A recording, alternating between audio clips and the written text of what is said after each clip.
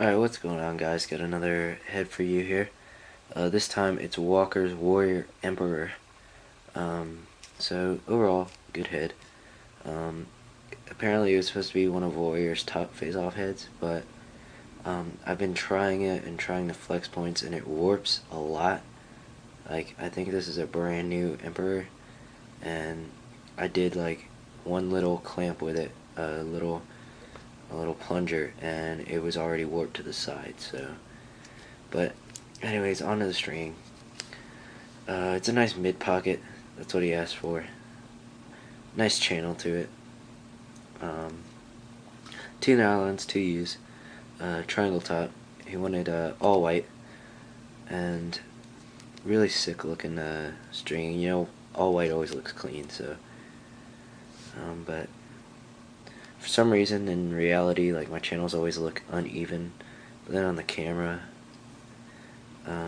they look really good. But I guess that's just magic movie effects. But so if you want the pattern for this, starting on the second hole, you have your tie. You have skip, knot, knot, 3, 1 eye. So knot, knot, 3, 1 eye, 1, 1 tie, and then that's how you should do the bottom string on this. But that's how I found, like, that's the best way to get kind of the best balance between definition and, you know, how much whip it's going to give you.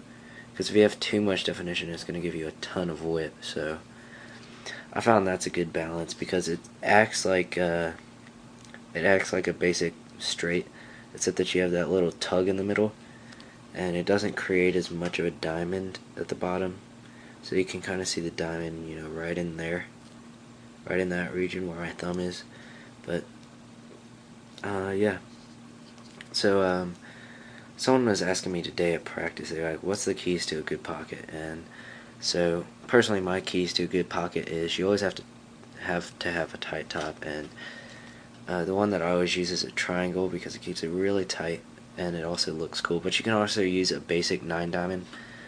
Typically I don't ever use 10 diamonds, just because it keeps it really loose. It's kind of better for defensemen, really, who want a really loose top, so it's not as whippy. So the next thing is that you should always have interlocks or knots, which is, I did knots on this one, but interlocks do the same thing. But you want to interlock 2 or 3 times down the head, and then you want to begin your building. So usually, if you want to, depending on how big of a pocket you want, you might want to do a 3 or a 2 eye. I usually do a 2 eye because it keeps it nice and stable and right in the middle. And then to follow that after that, depending on, so this head's, all the holes are spaced out, so I had to do a 1 eye to build the pocket even more. But typically, like for my superpower here, let me punch the pocket. Sorry. So this is my superpower with East Coast Mesh. Right there, with a nice mid pocket, a good channel. But so I did the interlocks. I did 2 interlocks, then a knot, then a 2 eye, then a 1, a 1, a 1 eye, a 1, a 1, and then a tie off. So it's all dependent upon how many side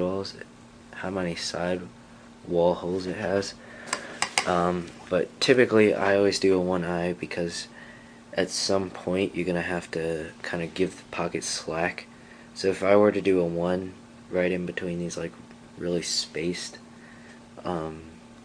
areas, it would really pull the pocket down, and you wouldn't get as high as a pocket. So just keep that in mind. And but you can see how tight of a channel you get with those knots and the interlocks.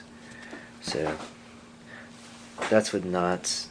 So this one is with all knots, and this one is with knots and interlocks combined. So knots and interlocks. So yeah, but thank you guys for watching. Please do subscribe, and hope you like this video.